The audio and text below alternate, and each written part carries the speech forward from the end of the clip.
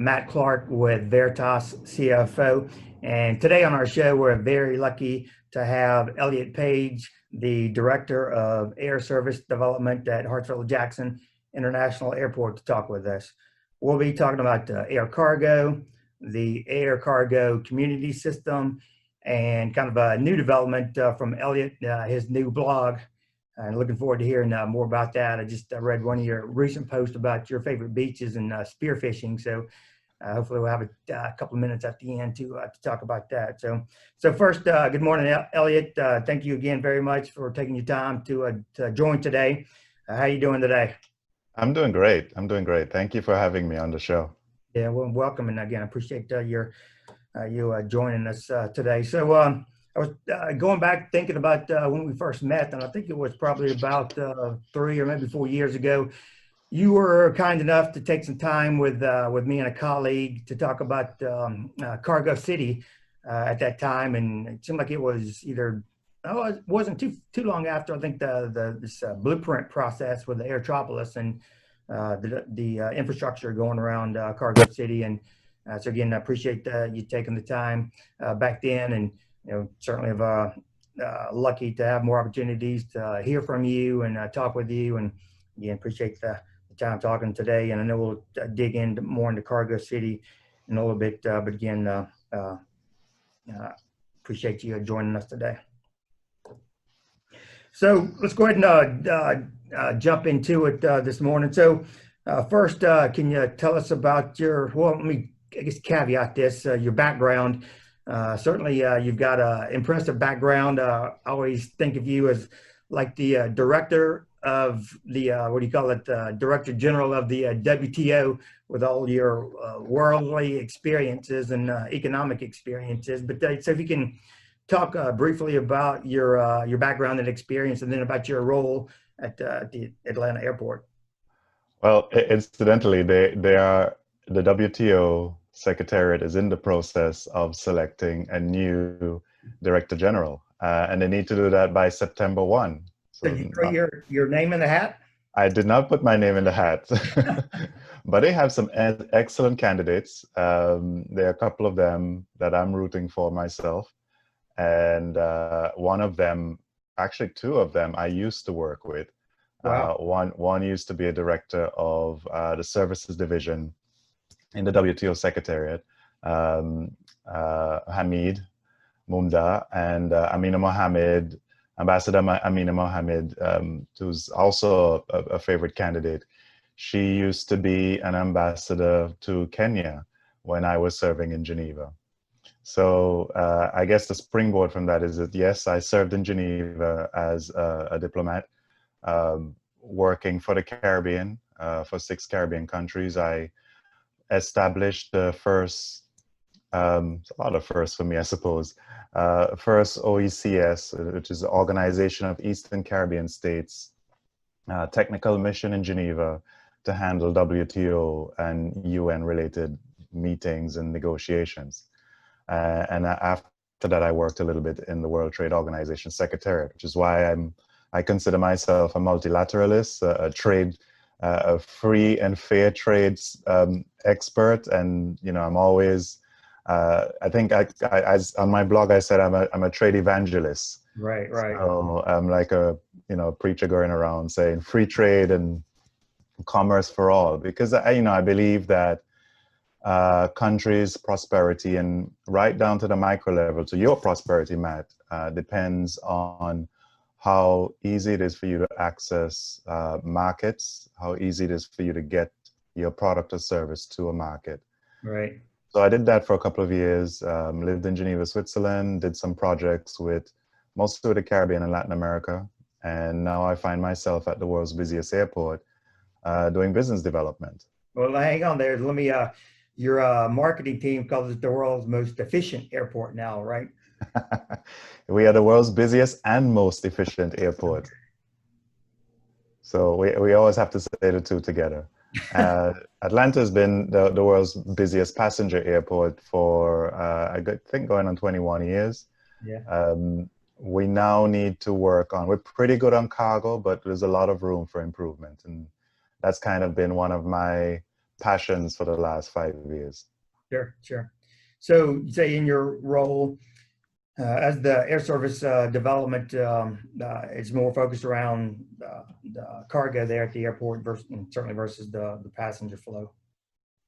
It's focused on both. So I do have one of these peculiar split responsibilities where I have to boost passenger flow to the airport, because an airport doesn't survive without passengers, and certainly this period of COVID-19 has proven that.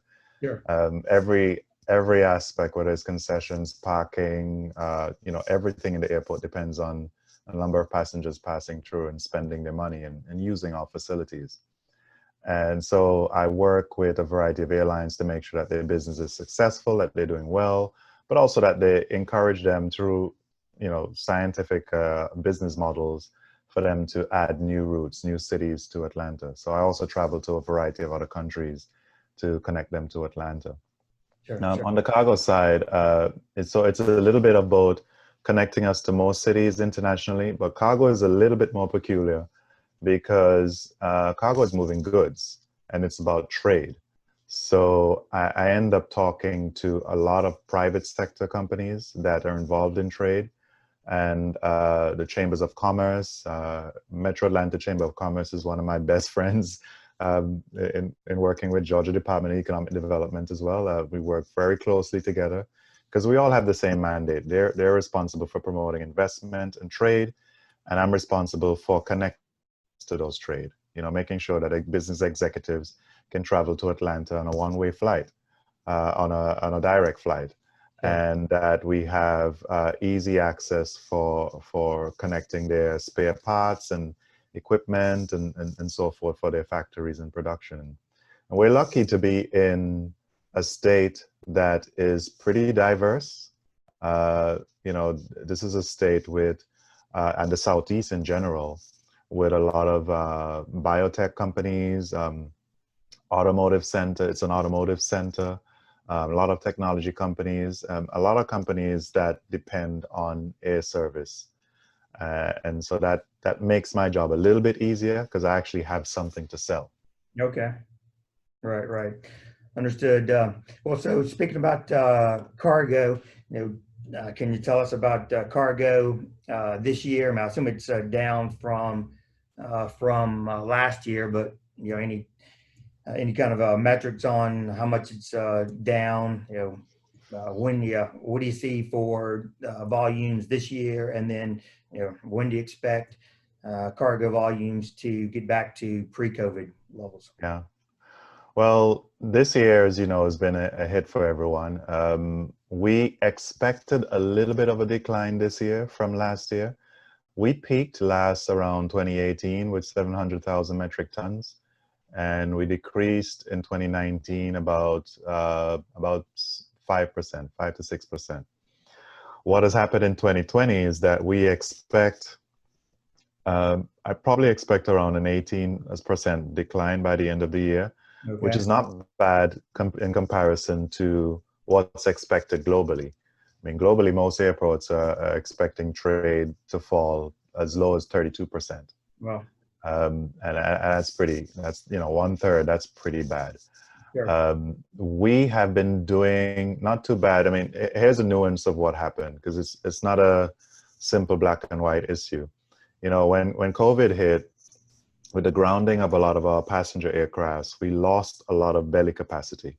And what's amazing is that Atlanta, because we have, we have Delta, one of the world's largest airline, but we also have connectivity to over 170 cities domestically and over 70 cities internationally. And that gives us a lot of belly capacity to move cargo.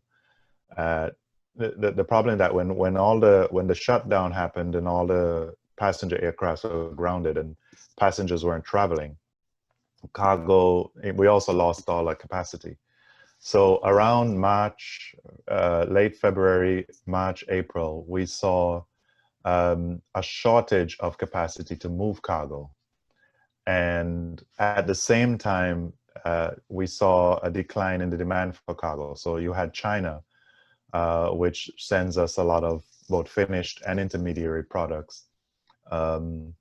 with their shutdown and the closing of their factories, we saw the supply of products, air products, drying up. So when they started to get back into production around April, May, June, by then we started to see a little bit of an increase in cargo. We saw more freighters coming on board. And so we have a lot more freighters now on the airport. We get on average, maybe 40 freighters per day. Okay. On peak days like Thursdays, we might get 60 freighters, 61. I've seen up to 65 freighters on a Thursday. And it's very busy. We've been doing very well as well in e-commerce. Amazon started in January. Well, they started last September with 1 flight per day, 1767. And today they're up to 4 flights a day. And these flights are 100% full because a lot more people are home ordering online. So it's interesting, the benefit to one sector versus another. Logistics is doing well. The challenge with logistics is that it's hard to keep staff because, as what's happening these last 2 weeks is because the virus is going up again. The incidence of the virus is going up. We're losing staff. We have people who are afraid to stay and work because they're afraid of getting, infected. Right. Yeah. Understood. Yeah, I mean, it's some amazing stats, both 2018, 19, and what you're seeing for 20, but then also the Amazon impact and 400% growth in their freighters coming through the airport, and assume that it will only increase. When do you think? You have any idea about when cargo will get back to the pre-COVID levels? Well, it's hard to say. So we see Amazon increasing and e-commerce growing. Amazon has grown 20% or so in the last 3-4 months. Wow. Much more than they've grown over the last couple of years. And we see that continuing to grow. People will continue, as more and more people get comfortable ordering online, that e-commerce will continue to grow. Will it compensate for the loss in cargo? It's hard to say because we measure cargo in terms of volume. So e-commerce, as you realize, is small packages. And on the volumetric side, we get things like aircraft engines and car engines and automobiles and trucks and whatever, coming on an aircraft, including things like baby chicks and horses sometimes, sometimes some very exotic and interesting products. What we're seeing is that some airlines have been using their passenger aircraft to move cargo. Right. The other day I went to the airport to visit Eva Air, and I know that Air Canada is not doing it, and sometimes Delta, where you see a beautiful 777. I'm an aviation nerd, so I think a plane is beautiful. And it's brand new, and you can still smell the new plastic smell in there, but the seats are covered in cargo, in cargo, in boxes, and in the overhead it's also boxes. So it's a strange phenomenon to see something like that. But with the rates, because there's such a shortage of capacity, the rates are pretty high for moving cargo right now. There's a lot of movement of PPEs. So Atlanta's we've had the Antonov 124 and just multiple airlines and charters coming in with PPEs, with masks and with respirators and a variety of equipment needed for the healthcare sector to fight COVID. So it's been, when will this recover? It's hard to say. And on the passenger side, we realize that, visiting family and friends will continue to travel because they need to. If you have a sick aunt, uncle, mother, father in Seattle, you're not going to drive to Seattle. Right. You're going to fly. So you're going to take the risk. And then you have some business people starting to do some traveling if it's necessary. But we also see a big uptick in usage of video conferencing tools like Zoom and GoToMeetings, Microsoft Teams. So a lot of conferences are going to happen via these in the future, as they are now. And Delta was saying they don't see business travel returning properly until next year. And business travel is important because they're the high yielding traffic. Right.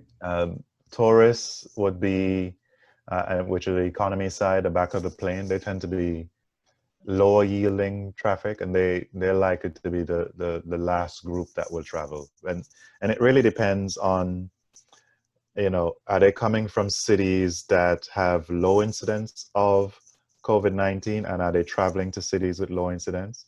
When you have that matching, then that's where you have a good case for increased air service, because passengers can feel safe along that journey. If you have one where there's a high incidence and one with a low incidence, the country with the low incidence is going to block people from coming from the high incident country. The good thing is that cargo continues. This year, obviously, we will have a lower turnout of cargo than we did last year. Atlanta, as I mentioned, is a good hub, so we won't be as bad as the rest of the world. But I don't see us returning to normal until a good 5 years. Oh wow! Because we're not only talking about what the impact of COVID, but it's the spin-off impact on the economy. Remember, cargo and trade depends on how comfortable consumer behavior is to spending, to producing. And if I think most people are in the mood now where we save money because we're not sure when the virus is going away, when there'll be a vaccine, when can we go back out to normal and go to a restaurant, and we don't know. And many of us are worried, especially us in the aviation industry, about losing our jobs. I had a talk yesterday with a particular airline. I won't mention the name right now, but they expect to be 20% smaller. Okay. And some of my liaison officers, the people that I talk to in these airlines, some of them are leaving. They're taking their packages. They're right. Leaving the job because the airline needs to shrink to save money so that it can survive post-COVID. And Sure. Everyone's in survival mode now, and survival mode means saving money. Right. Yeah. Yeah, you mentioned Delta. I hear, I think it was maybe last week or 2 weeks ago, they released their second quarter earnings, and that talking about the burn rate on cash. $20 million a day. Yeah, hard to believe, but certainly cash is king these days. So companies have to do what they have to do to survive. That's for sure. Yeah. And so that's the key, to save money, to find ways to reduce costs as much as possible. And who knows, when the economy picks up and these airlines can start growing again and people are traveling again, some of these people may get their jobs back. Right. Certainly hope so. Well, so turning over to air cargo community systems, I was on this webinar. Was that 2 weeks ago that you were part of, talking about air cargo community and systems? And I had talked with you before. I knew it was in the works, but so it sounds like it was officially implemented last November. Is that right? Yeah. So can you talk about that and some of the highlights of what it is and some of the benefits of this cargo community system? Yeah. Well, as I mentioned in the start, one of our main aims is to increase efficiency of cargo and to make Atlanta one of the most competitive airports for cargo certainly in the Southeast and maybe in America. And to do that, we have to increase the efficiency on the ground.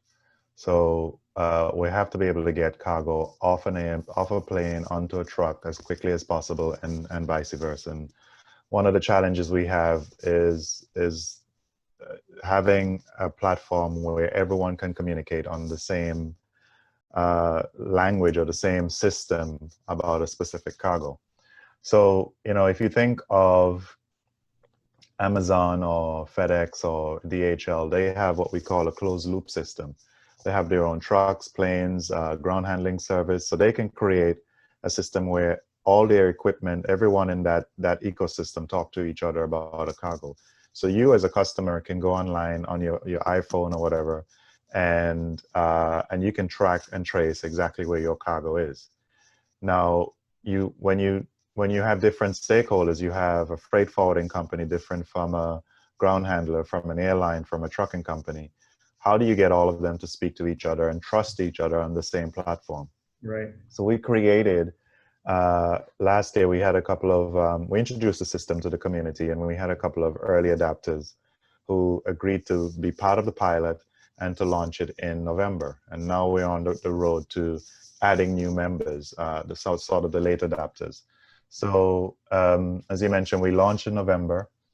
So this system allows your truckers, your freight forwarders, your ground handlers, everyone in the ecosystem related to air cargo to communicate with each other on specific cargo. And it in addition, it has the potential to add customs and security on top of that. So customs can see a specific cargo when it leaves its origin. They can see pictures of it. They can see the airway bill, the weight, the whether or not it was damaged. They can see everything about it. Insurance companies, by the way, are also happy for this, because then there is a trail to see what exactly has happened to the cargo when there is a claim. And so that provides a total transparency, track and trace for the cargo. It's all digital, so you don't need to have paper airway bills and a lot of paper delivery documents. And so you know, a trucker can show up to the airport after booking a slot on the system, go to the airport, go to a specific dock door that they've been notified on their slot, have a QR code that the ground handler will scan, and all the information about their shipment will populate, and they don't even have to go inside to sit and wait for 2 hours with the customer service people at the front desk. Sure. Now, when we launched that in September, we had no idea that it would have the added benefit of, if you have a pandemic, Yeah. where people where it's a risk for stakeholders to interact with each other. And if you have a digital process, then they don't have to interact with each other. And so suddenly when we were thinking about this during COVID, I think March, April, we were like, yeah, we caught COVID, and we're like, wait a minute, this thing actually helps cargo continue to be efficient during COVID, and actually helps protect stakeholders in COVID. Because if you can sit in your office or at home and you can view every aspect of the cargo and approve payment, you can pay for all your shipping fees on the same platform. The companies that we're collaborating right now with is Calais Logistics and Pay Cargo. But I mean, any company can develop this platform, a cargo community platform, because they will all connect in any case. So Atlanta was the first airport to launch it, and then we've had a couple of other airports that are on the way to launching it. Okay. And that webinar that you participated in was, one of our first attempts to kind of promote it and get others to sign on. Sure, sure. Yeah, I mean, it certainly sounds like what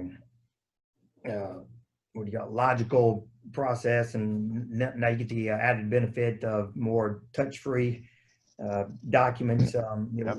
One stat I heard on that webinar was that 20 years ago, the average time to move cargo was 6.3 days, and even in recent years, it's only down to 6.1 days. And so, yeah, all this technology, and over 20 years, basically the time to move air cargo hasn't changed. So, certainly, I think this is where air cargo community system comes into play. And I mean, I assume this will reduce this metric of 6 days for air cargo. Wouldn't you think? Yeah, well, one of the adage that we use, the motto that we use, is moving cargo at the speed of baggage. So if you imagine when you leave your you arrive on off a flight, and you go through security, and you go to the gate, you go to the conveyor system to pick up your cargo, the baggage claim. Generally, especially if you're taking Delta, the bag's there before you. Yeah, And it right. may have taken you 20 minutes, 30 minutes to walk along to get to the baggage claim area. So we don't think that there's any reason why that can't happen with cargo. And here's some of the reasons. You have a shorter distance to move the cargo, because generally the ramp side, air side, is very close to land side, where the aircraft is and where the trucks are. What happens is that because of a lot of regulations, a lot of regulatory, TSA, Customs and Border Protection, all have to check that cargo, especially if it's international. So often it sits there because you're waiting on someone to check it. You're waiting on plant protection. Right. So if you have a system where every one of those stakeholders can view digitally all total information on that, and you have at the same time a known shippers program, which we already have, and you link those two together, you have a trust system. So you have things coming in, they can approve by each stakeholder digitally, and they can have occasional physical checks, just random, to make sure that what they're checking physically, matches what they're checking digitally. There's a digital and physical match. Sure, sure. And if you have that, and you have conveyor belt system and I've seen warehouses with conveyor belts that line up in a straight line from the air side to land side. So basically the cargo comes off on a pallet onto the conveyor system, and customs can check it. Everyone can check it if they need to. It's already been pre-checked and pre-declared through the digital platform. It can get to the trucks and boarded and loaded onto a truck within 30 minutes. Wow. Wow. So we have the potential to do that. Of course, there are a lot of other things, traffic, the truck being stuck in traffic, and a lot of other things that come into play. But we have the potential to do that with this technology. Yeah. And that's our aim. Yeah. Yeah. Certainly, if you air cargo to move at the speed of passenger baggage, then that's a win for everybody. And just even the same day delivery turns into 4-hour or 2-hour delivery too. But it's also what we expect. We as consumers, we're in what I call an instant technology, the Uberization of everything. Right. When you order something online, you want it same or next day. Right. And if it takes 3-4 days to come, you're dissatisfied. That's a dissatisfied customer. And air cargo is the main part of that logistics that's moving that product. So because of just-in-time production for B2B, and because of consumers expecting fast turnaround, same day or next day delivery, cargo, we have to do it. We have to move cargo at the speed of baggage. Sure, And the beauty of it, at an airport like Atlanta, we have the advantage to do that. Because you imagine if we have 170 daily flights to everywhere in the US, and we have 70 daily flights to everywhere in the world, internationally, we can promise you 24-hour delivery of anything in the continental US. Wow. And we can promise you maybe 48-hour delivery of anything internationally, because of that belly cargo connectivity.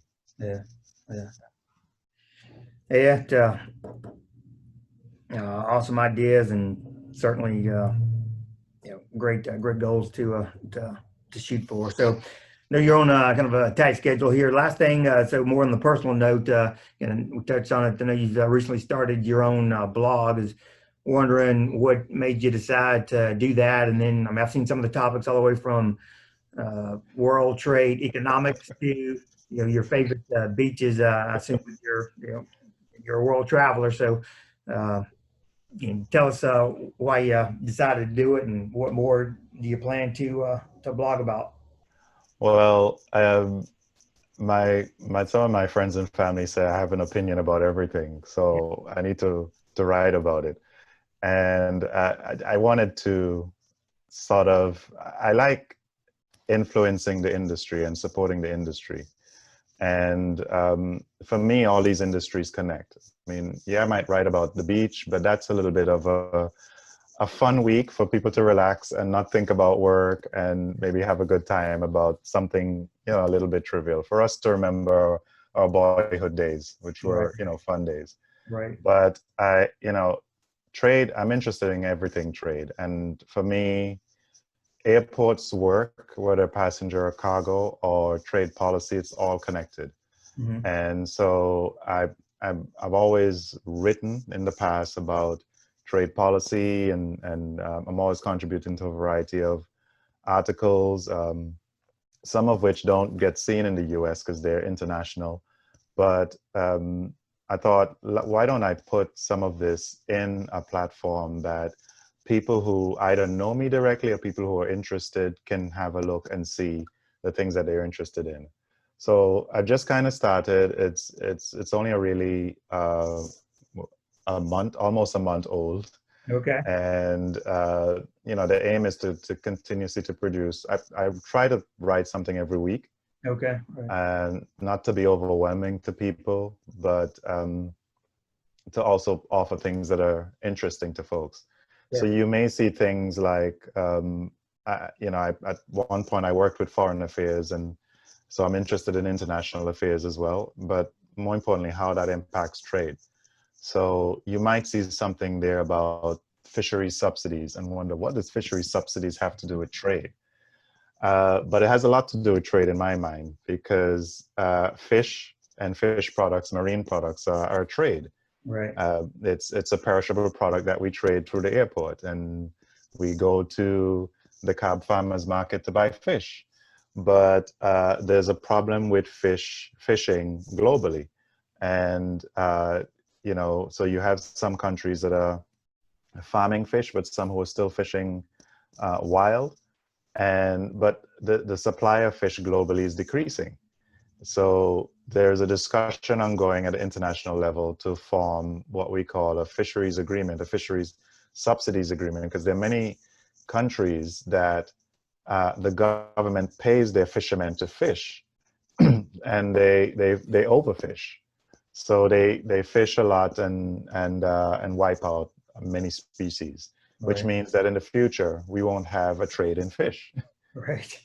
So so it's something like that seems a little bit far-fetched, but it's in my mind it's all related to trade, it's all related to cargo, and so you'll see some things like that, and also some other things about contributing to the community, and how can we build more experts like ourselves? How can we encourage younger people to work in trade? I think one of the reasons why cargo has not modernized as well as passenger did. I mean, I think the last time I used a paper ticket when I was flying, I honestly don't remember when. Must have been in the early 90s or late 80s.